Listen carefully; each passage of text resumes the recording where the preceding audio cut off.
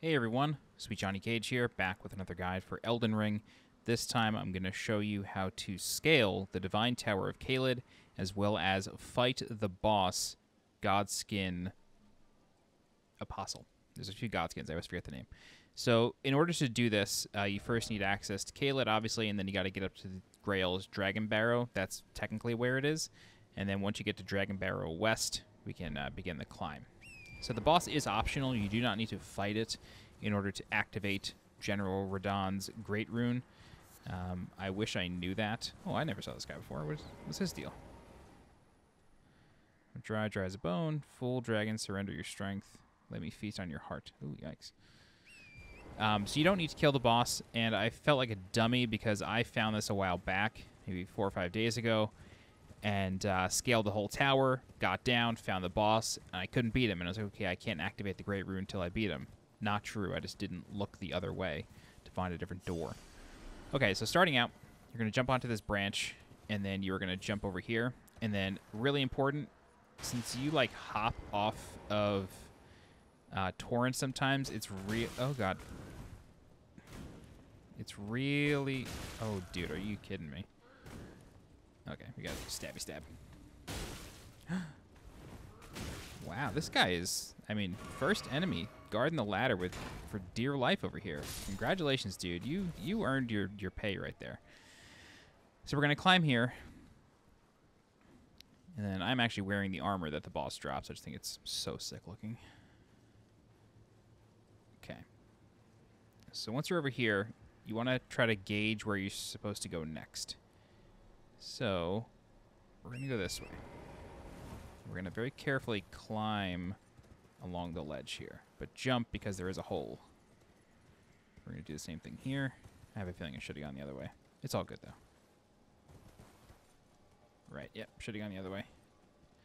Like I said, it's been a little while since I did this, but we'll get it.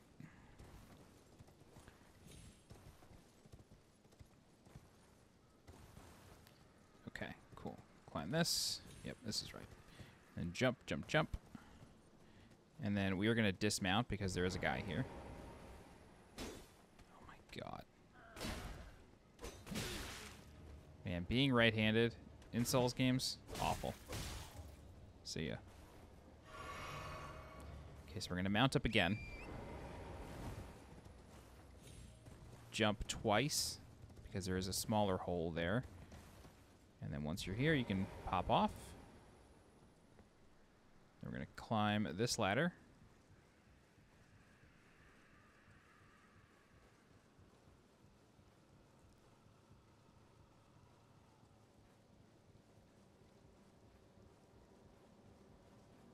Snake eater.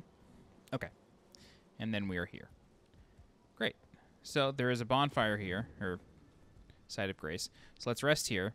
Okay, so if you want to activate the Great Rune, you can just go through this door, go up the tower. Instead, we are going to go down. And as you can tell by my change of rune number, I died. It's okay, though. So there's 2 guards here. There's one right there, but then there's another one over here that you can try to slam off. However, he will survive the fall.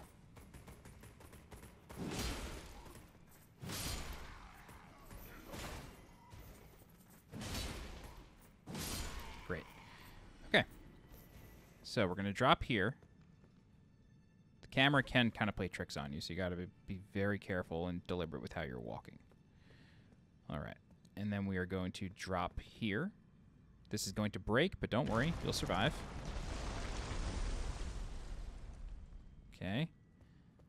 Then we are going to walk forward and then just drop right here. And then we're going to drop again right here. Just walk into it. Perfect. Then we are just going to walk off this ledge. We'll land here. Great. And then I always forget jumping is a thing. That's why I died. We jump over here. Very carefully, very carefully. Okay. We're going to walk forward. Jump here. Turn around. And then we're going to jump again. But there's going to be a guard there on our left. And he's going to be guarding an elevator. That elevator is already at the bottom floor for me. So, unfortunately, I have to do combat. whereas you may not have to. See if I could fireball this guy.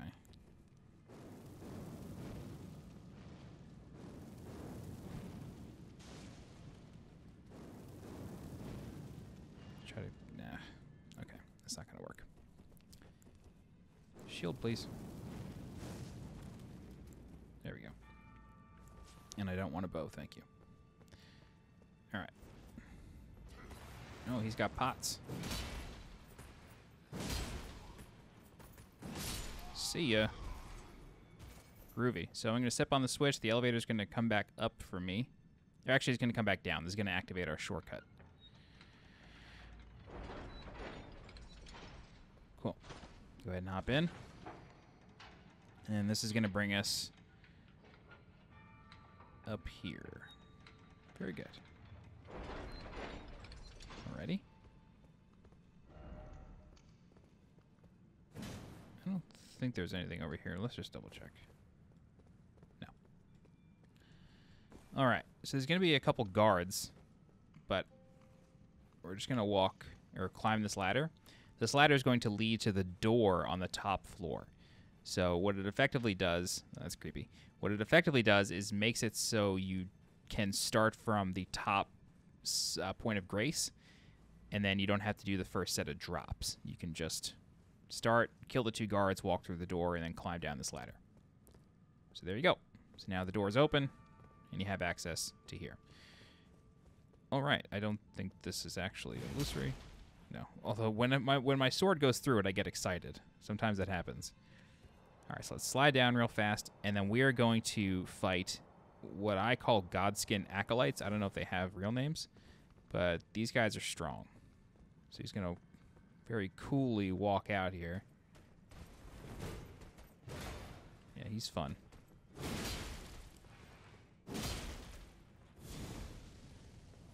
So he's got this, you know, flame blade because he's cool. You can also chuck a fireball, so you got to be careful there.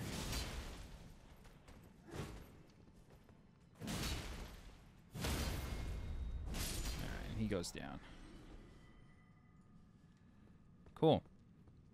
Okay, so moving on, we are going to walk over here. Follow this.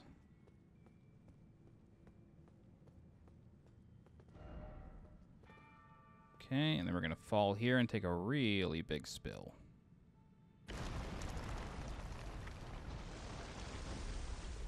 Fall damage makes no sense in this game. Okay, so this switch will activate an elevator. And then this elevator will bring us all the way down to the boss. And luckily there is a point of grace down there. This way you don't have to ever do this again. It's calling to you. It wants you to know that you're safe. Alright, there you go. For the boss, you want to strap in for a long fight. Unless you're using summons or any, you know, fancy Ashes of War or anything like that, you may have an easier time. But for me, I decided to drop my two-handed sword and just go back to a one-handed longsword. I wanted to be able to attack once or twice and get out safely. I was never able to do that with my big two-handed sword. It just wasn't possible with the greatsword. I would attack once and instantly get shredded for half my life. I was not having a good time, so I switched to a quicker weapon. The boss in Phase 1, I find, is more difficult than Phase 2. I only ever reached Phase 2 twice, and I was able to kill it that second time. So I find the magic of Phase 2 a little bit easier to dodge than all the different physical attacks of Phase 1. In Phase 1, the ability that you can get the most damage off of is that jump. If you are able to jump or roll below the boss as it is jumping over you, you can get in 2 quick attacks, and if you've been leveling up a one-handed weapon or a quicker weapon, chances are you're going to be okay. That fishing hook move is a little deceptive. I do my best to get out of range, but then there are times where I just get straight up greedy because I want to try to roll into him and deal some damage. It is possible if you're able to sort of roll to the side and get out of the way of the fishing hook, but there are plenty of other times where that's just not possible.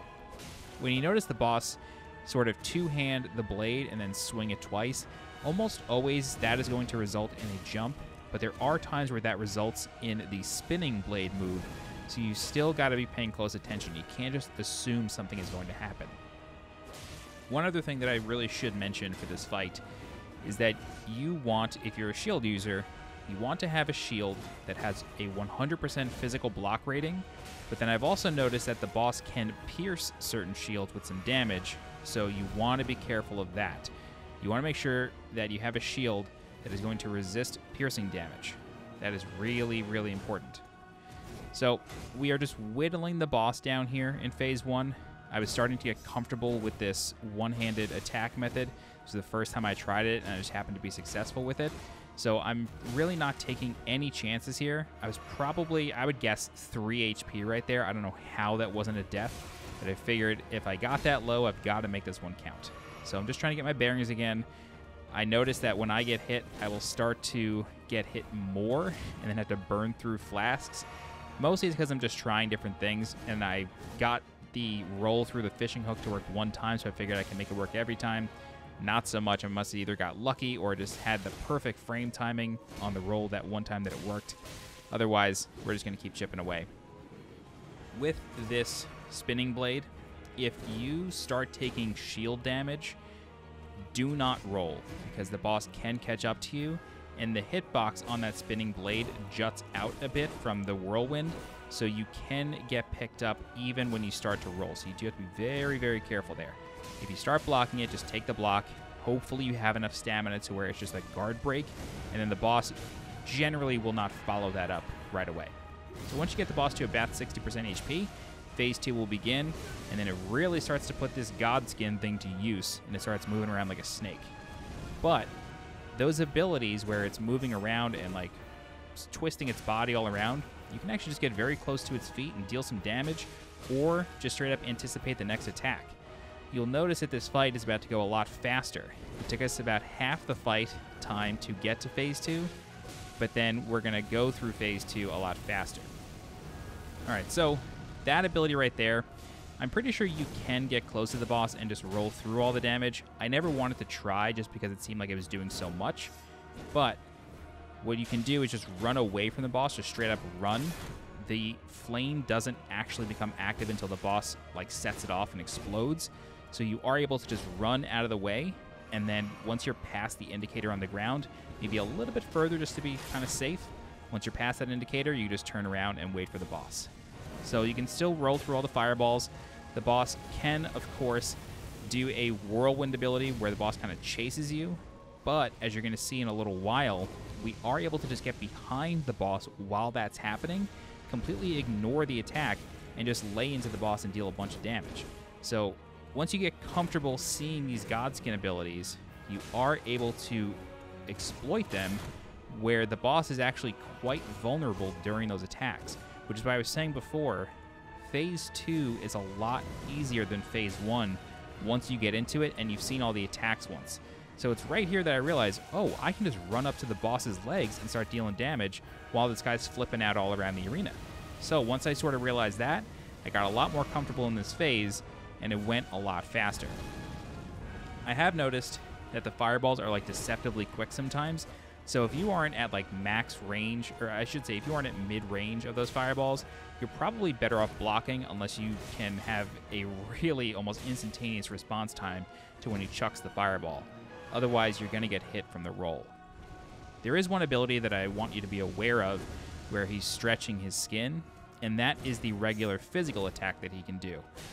What's going to happen there is he's going to stretch out, attack, but then his legs are going to catch up to his body, so you have to chase him down. It's this one right here. So when he does that, he will follow up after he reaches his body again.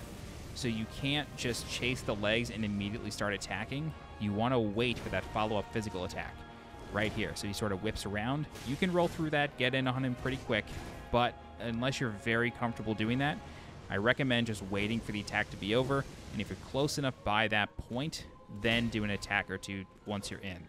He can still do that jump, albeit a bit more rarely, but once he starts doing these Godskin abilities, you'll realize that he's quite vulnerable during pretty much all of them. But You do not want to get too greedy. You definitely don't want to get too comfortable, because chances are, if you're like me, you've tried this fight 15 times, 20 times, and you're just now getting him below 25% HP. So as you can see here, I rolled through the first sweep of that flame, was able to sit near his legs and just deal a bunch of damage. So we only got a little bit more to go here before the boss falls.